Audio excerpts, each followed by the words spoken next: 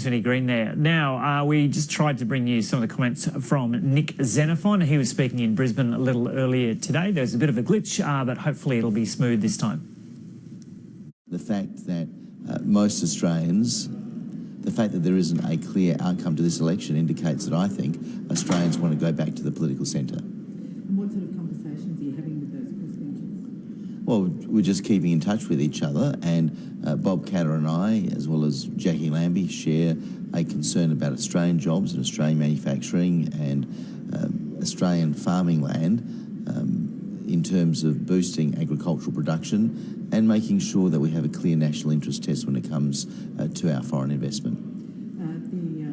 Will you be wanting to speak to Bob Catter today? Look, I'm sure that Bob and I will speak sometime later today.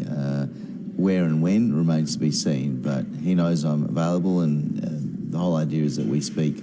We said that we would meet soon, whether it's today or another day, but I expect it's probably today. Did you outline to the Prime Minister the terms on which Rebecca Sharkey might support a coalition government? That's a matter that Rebecca Sharkey would need to be involved in. She's part of the team, but it would be, this is very much a team effort. Unlike some other micro parties we've seen in the Parliament, we do things differently. We actually have a strong consultative approach. We discuss issues every morning. We talk through the day, and in relation to the electorate of Mayo, where Rebecca ran a strong campaign based on local issues, of course, there are some issues that the people of Mayo who feel that they've been neglected for many years now have an opportunity to have some sensible and good outcomes. Yeah, no doubt they'll align with many of yours.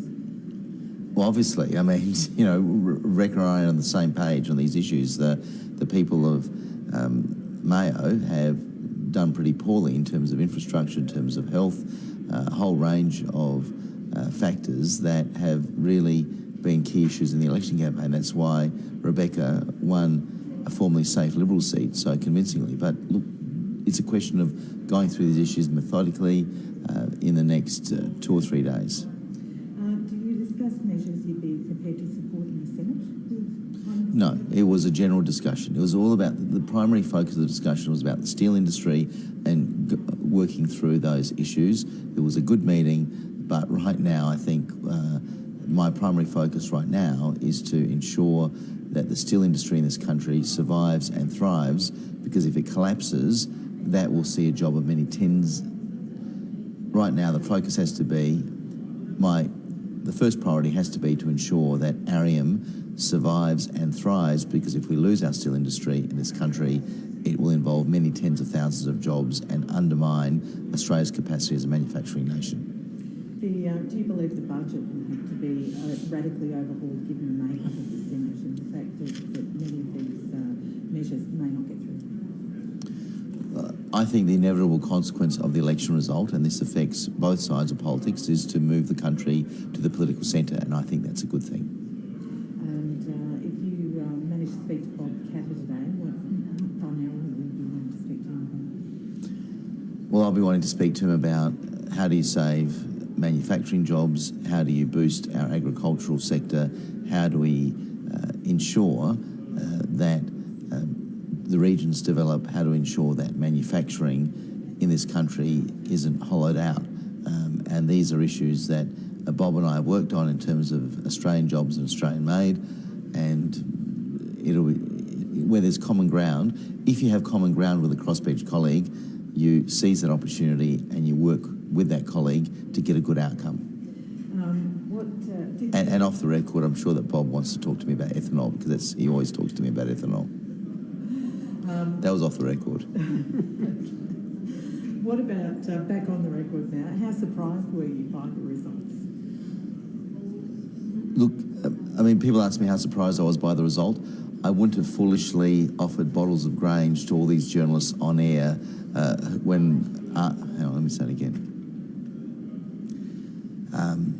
How surprised was I by the result? Well, I wouldn't have been telling journalists on air and on camera that I would give them a bottle of Grange if there was going to be a hung parliament. So far, I think I'm up for 4 or 5 bottles of Grange, and all these other journalists are saying that I told them that as well. But unless it was on air, I'm not going to buy them that bottle of Grange. You want the evidence? I need the evidence.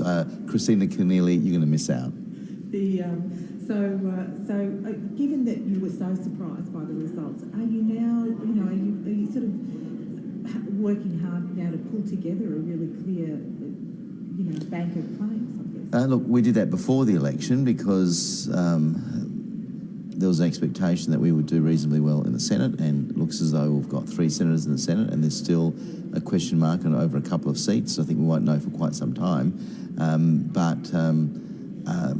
It's not so much a bank of claims, it's about doing what I think. I wouldn't characterise it as demands, it's about what is sensible in the national interest, which I think will resonate with most Australians.